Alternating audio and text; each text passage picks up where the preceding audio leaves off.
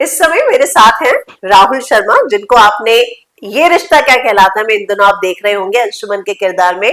Welcome to film window Rahul, how are you? I am good, thank you. तो रिश्तों के साथ मुझे लगता है कि आपका एक लंबा चौड़ा नाता चला आ रहा है और टीवी पर, क्योंकि आपके जो शोज है, ये तीसरा शो है जो रिश्तों की उधेड़ बुन पर ही है।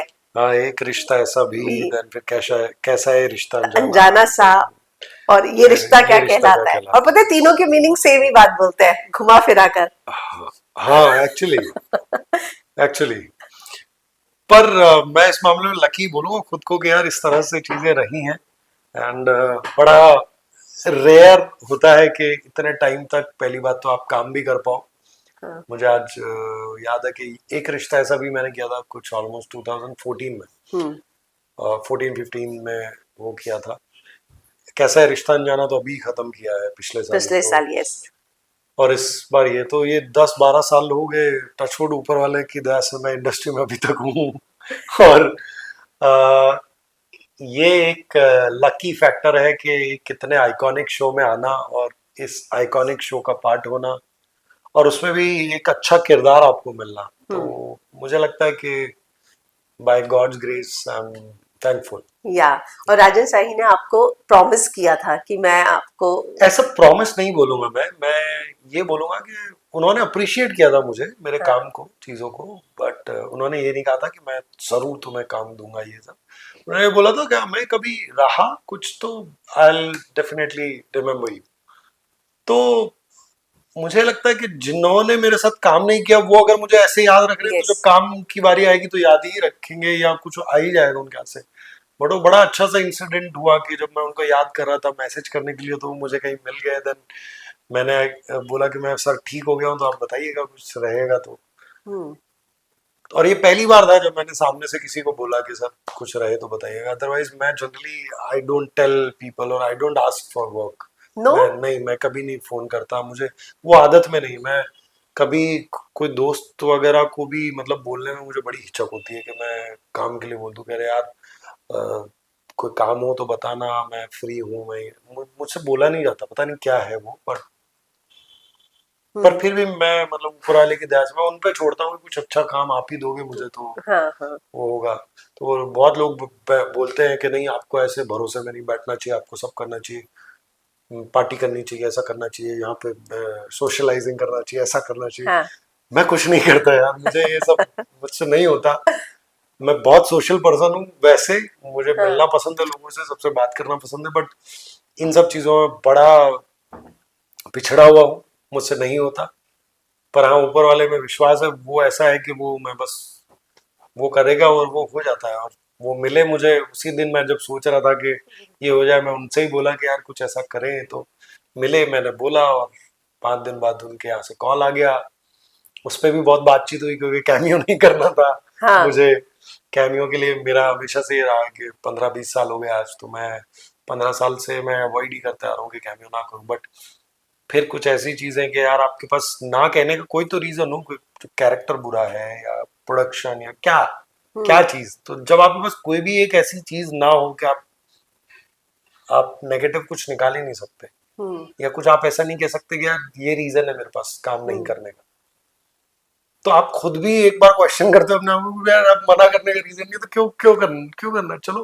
हाँ। यानी यहाँ पर मेरी, मैं जब बड़ा कंफ्यूजन में बैठा था, कंफ्यूजन तो नहीं था बट मेरा ये था कि यार सब चीजें ठीक है बट कैमियो में, तो मेरी वाइफ ने मुझे ये चीज बोली। नेहा ने। हाँ नेहा ने कि यार इतना क्यों सोच रहे हो, कर हाँ। लो, अगर नहीं लगेगा अच्छा तो फिर अगली बार मत करना। हाँ। इतना ही तो होगा, इससे ज्यादा क्या होगा, 4-5 महीने की बात है, अगर कैमियो होगा तो इतना ही होगा, इससे ज्यादा क्या होगा। हम्म।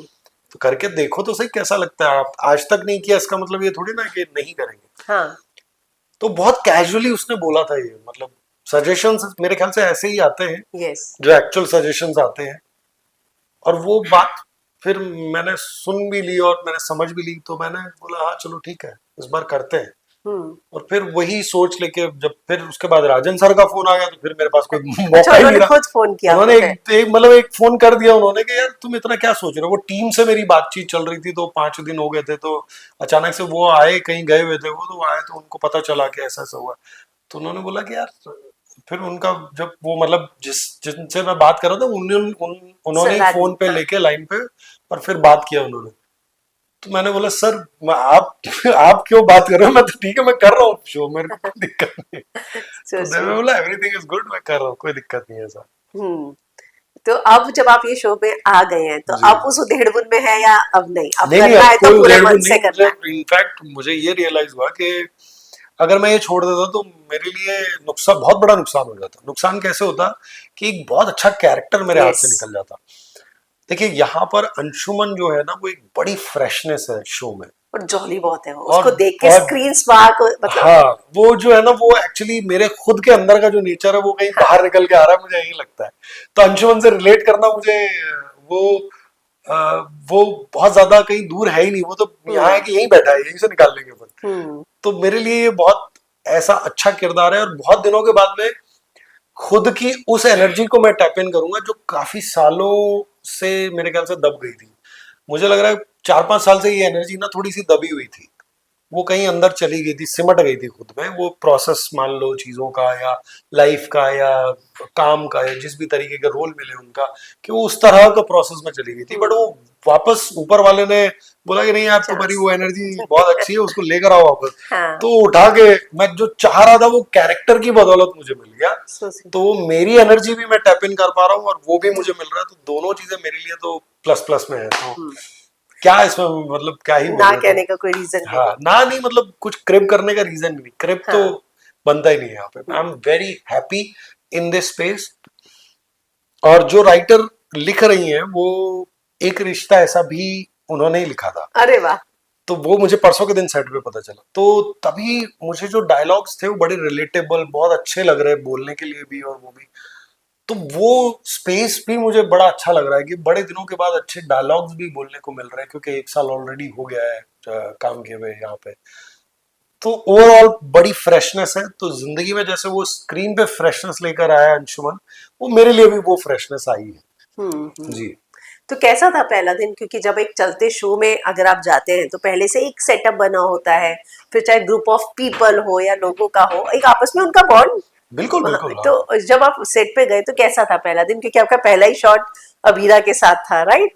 हाँ, वो पहला साड़ी वाला, पहला शॉट मेरा दादी सा, दादी सा और विद्या मास, जी के साथ हाँ। था। हाँ। जब आप रिजेक्ट कर देते हो उन्हें। उन्हें रिजेक्ट करके भेज देता हूँ। पहली बात तो यार, वो अनीता जी सामने खड़े हैं और मैं उनको इस तरह से वो कर रहा था ना, तो मुझे थोड़ा सा वो, आप एक ह्यूमनली इंस्टिंक्ट आते हैं ना आपके, जो कभी ट्रिगर करते हैं कैरेक्टर में, जब आप जाते हो तब तो अलग हो जाती है कहानी, बट फिर भी तो मुझे तो बड़ा वो लग रहा था। बट यही रीजन होता है जो आपने कहा कि जब आप कैमियो करते हो तो यही रीजन होता है कि आप चलते हुए शो में एंटर नहीं करना चाहते, क्योंकि बहुत स्पेस ऑलरेडी कवर्ड होता है। हम्म। वहां पर वो स्पेस अपना कवर करना या बनाना, वो बहुत बड़ी चीज होती है। ऑडियंस उसको एक्सेप्ट करेगी कि नहीं, लोग उसको पसंद करेंगे कि नहीं, मैं वो अच्छे से कर पाऊंगा कि नहीं, बहुत सारे क्वेश्चंस आप लेकर जाते हो, स्पेशली जब आप एक एक्टर के तौर पे सोच रहे हो। तो मुझे लगता है कि उसी चीज को लेकर जब आप आगे बढ़ते हो, मैं उन उन सब चीजों को लेकर गया तो था, लेकिन फिर मैंने वो गेट के बाहर ही छोड़ दिया, और मैं ये लेकर के यार ये कैरेक्टर है, इसको अपने को अच्छे से करना है, बस यही मेरा मोटिव है इस शो में। मैं ये लेकर आया हूँ कि अंशुमन को मैं कैसे अच्छा बनाऊं, उसको कैसे बेहतर से बेहतर मैं दे सकूं, ताकि शो का फायदा रहे और जिस वजह से मुझे लाया गया है वो अचीव कर सकूं। हम्म। पहले दिन जब मैं अनीता जी से मिला, विद्या जी से मिला, literally I was amazed bye their energy. जिस तरह से उन्होंने मेरा वेलकम किया, अनीता जी ने तो मतलब इतने प्यार से मुझसे मिली और इतने अच्छे से उन्होंने बात की। तो ये आपको सिखाता है कि आपको हम्बलनेस और इसकी जरूरत नहीं पड़ती है, आप ऑलरेडी हो जाते हो जब इतना प्रोसेस को आप कॉन्शियसली अवेयर होते हो कि ये प्रोसेस कैसा है। हम्म। तो वो कॉन्शियसली अवेयरनेस का जो एग्जांपल है वो मुझे देखने को मिला वहां पर, कि कितने बढ़िया से जब आप सिक्योर होते हो, आप बहुत ज्यादा अपने स्पेस को पता है कि ये मेरा है और ये चीजें सॉर्टेड है। हम्म। तो अच्छा लगा ओवरऑल। वो पहला दिन जो है बहुत बढ़िया गया, टच वुड। और डायरेक्टर्स भी सब बहुत समृद्धि के अच्छे साथ कैसा था? How is Samriddhi?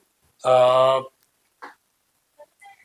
सैम बुलाते हैं सब उनको सेट पे, तो मैं सैम ही बोलूंगा मैं भी। सैम के साथ अच्छा यार, पहला दिन तो मैं नहीं बोलूंगा कि बहुत ज्यादा हमारा इंटरेक्टिव था, और वो वैसा ही रहा, वो अच्छा था, बिकॉज उससे सीन में बहुत हेल्प हो जाती है कि आप एक हाँ। दूसरे को नहीं जानते, तो हु आर यू टाइप का रहता है, तो वो अच्छा था मेरे लिए। तो वो स्पेस समृद्धि से बस आया लोग हुआ, और देन मेरा केवल इतना इंट्रोडक्शन था कि क्या कितना अच्छा लग रहा है, काफी अच्छा शो लंबा चल गया है, अच्छा लग रहा है, हम्म, आप लोग इतना अच्छा कर रहे हो उसके लिए। So I we did a very formal chat that day, और बस उसके बाद ग्रेजुअली वो बातें बढ़ी और चीजें हुई, तो वो आई लाइक दैट स्पेस जो अभी चल रहा है। हम्म। फिर आपका जो लास्ट शो था उसको बंद हुए 1 साल हुआ, राइट? हाँ। और 1 साल के बाद आपने ये शो लिया जो आपके पास सामने से आया। कई बार दिमाग में रहता है out of sight out of mind ना हो जाऊं, इस बात का डर लगा रहता है।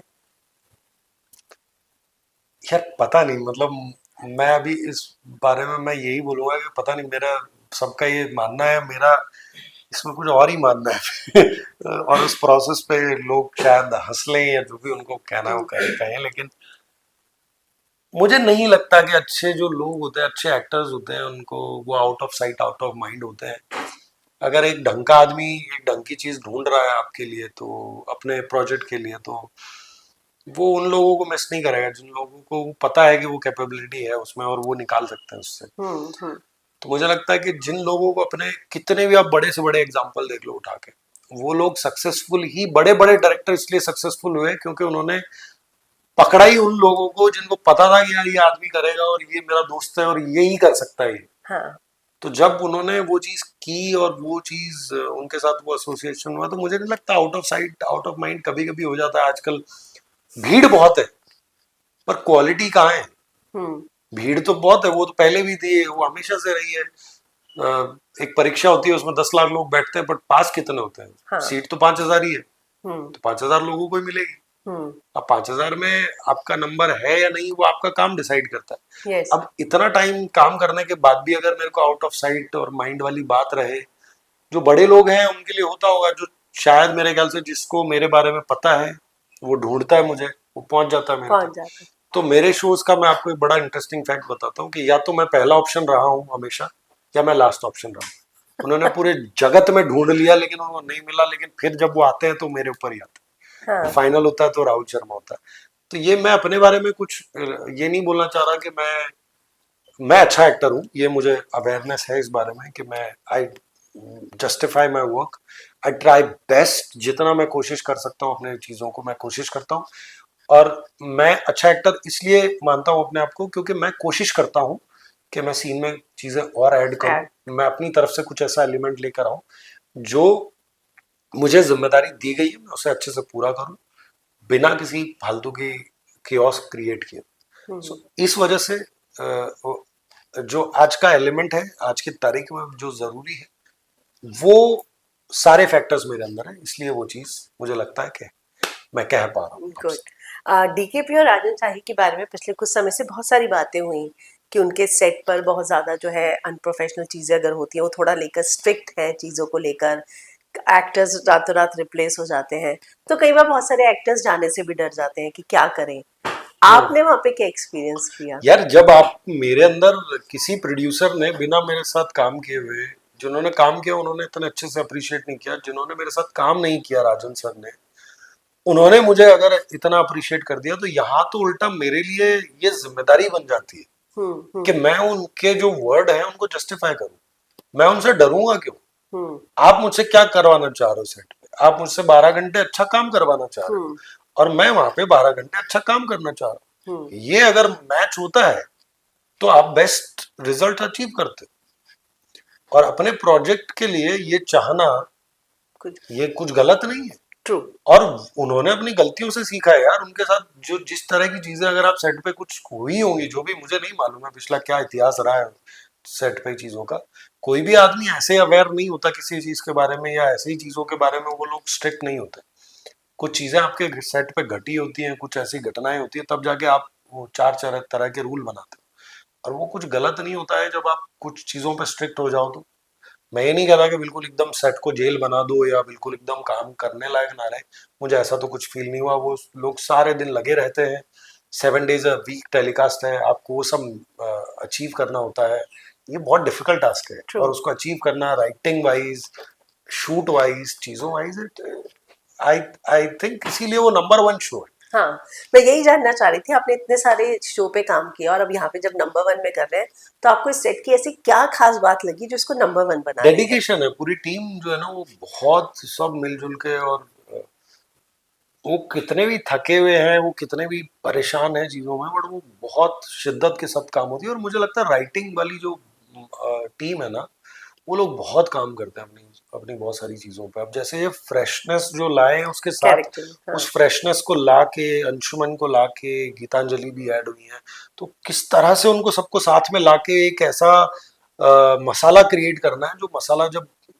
आपके पूरे शो में पड़े तो वो एकदम कुछ कमाल क्रिएट करे। या और वो कर रहा है, वो कर रहा है। ऑडियंस के रिस्पॉन्स से पता चलता है कि आपको वो चीज काम कर रही है। तो आई am thankful for that and I appreciate that effort कि वो टीम मिलकर काम करती है यार। आपके कैरेक्टर को देखकर किसी का कोई फोन आया, पुराने कोई को एक्टर का या फिर राजन सर का ही, और क्या फीडबैक था? नहीं नहीं, अभी तक किसी का ऐसे फोन वोन नहीं आया, बट वो फीडबैक मतलब मैसेजेस बहुत सारे आ चुके हैं।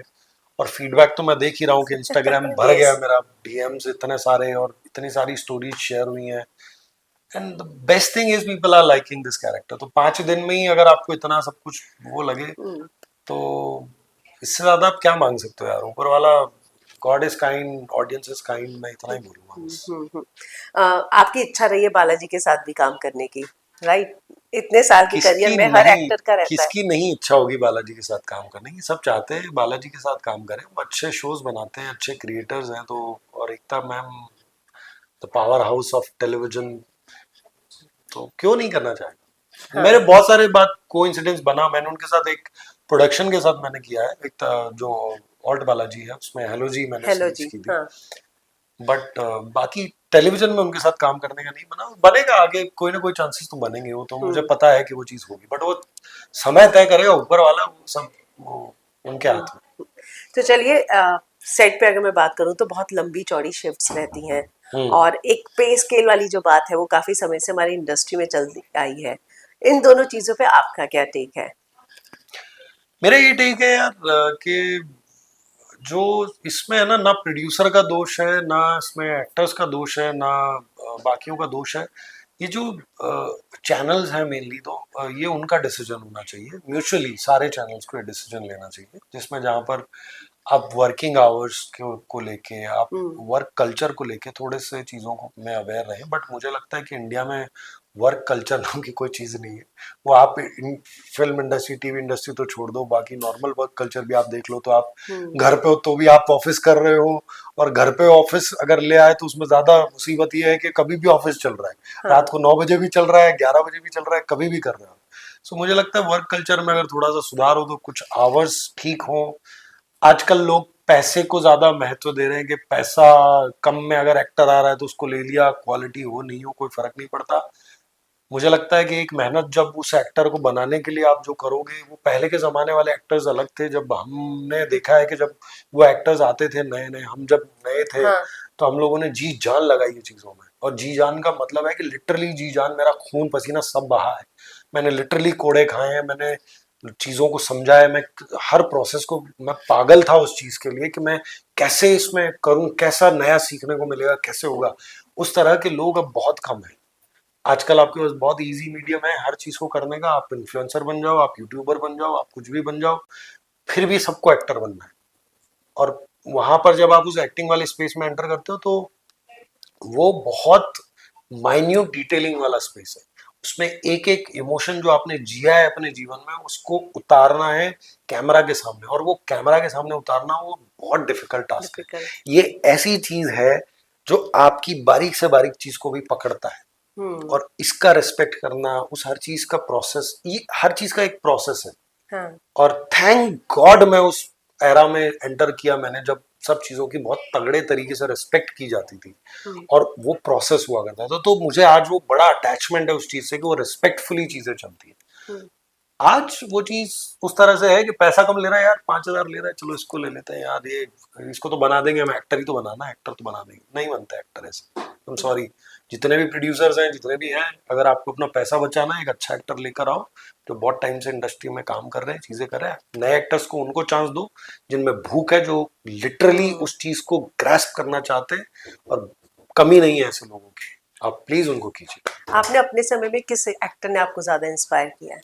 मुझे यार बहुत सारे लोग अभी भी इंस्पायर करते हैं। हर्षद चोपड़ा जी जो है इंडस्ट्री में, वो बहुत इंस्पायर करते हैं। जो फिटनेस जर्नी से लेके सारी जर्नी उनकी रही है, वो बहुत इंस्पायर करते हैं।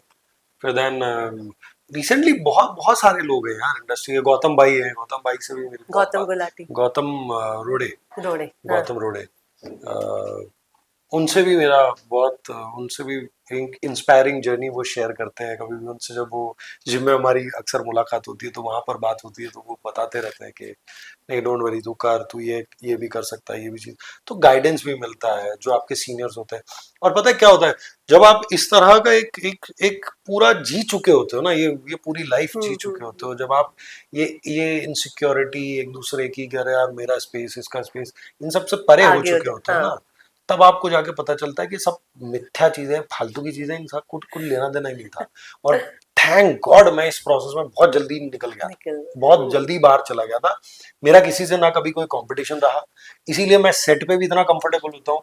मुझे रोहित से इतना प्यार है क्योंकि वो जयपुर का है और उसने वो प्रोसेस जिया है और वहां तक वो पहुंचा है और आज वो सक्सेसफुल है। मुझे खुशी है इस बात की, मतलब मैं लिटरली मैं बहुत खुश हूँ उसके लिए कि उसको डिजर्विंग जो काम है ना वो मिला। मिला, तो यस। तो आपका वो स्पेस बहुत अच्छा लगता है। हर एक एक्टर जो है, हर एक इंसान जो है, उसकी एक जर्नी है और वो इंस्पायर करती है। तो मेरे लिए नॉर्मल इंसान भी उतना इंस्पायरिंग है जितने बाकी के लोग हैं इंडस्ट्री में। सो ओवरऑल कोशिश करता हूँ सीखने की सबसे। Thank you Rahul. अभी आपने जाते जाते मैं जानना चाहूंगी, आपने अभी रोहित की बात की और कहा जी। कि उसको ड्यू अब मिला। अगर मैं गलती में आपके एक इंटरव्यू में पढ़ रही थी जहां पे आपने ये बोला है कि राजन सर को भी ये लगता था कि मुझे मेरा ड्यू नहीं मिला है अभी तक। अभी भी नहीं मिला है। हाँ। ये अभी तो शुरुआत हुई है, अभी ड्यू मिलेगा। हम्म। अभी समय शुरू हुआ है, तो ये समय की शुरुआत है, मैं इतना ही बोलना चाहूंगा। बाकी तो ऊपर वाला आपको मतलब मेरे शब्दों की इज्जत रखे, मैं यही बोलने की कोशिश कर रहा हूँ। बट हाँ, ड्यू मिलेगा मुझे, और प्रशांत जी इस बात के साक्षी रहेंगे कि मैं उनसे ये बातें कहा करता था। प्रशांत बाय द वे जो हमारे पीआर टीम हमारी पूरी संभालते हैं, तो वो भी इस बात के साक्षी हैं क्योंकि उनसे भी हमारे काफी डिस्कशन हुए थे इस बारे में कि नहीं यार, चीजें होंगी। होंगी। और मुझे अपने ऊपर पूरा भरोसा है और ऊपर वाले पे भरोसा है।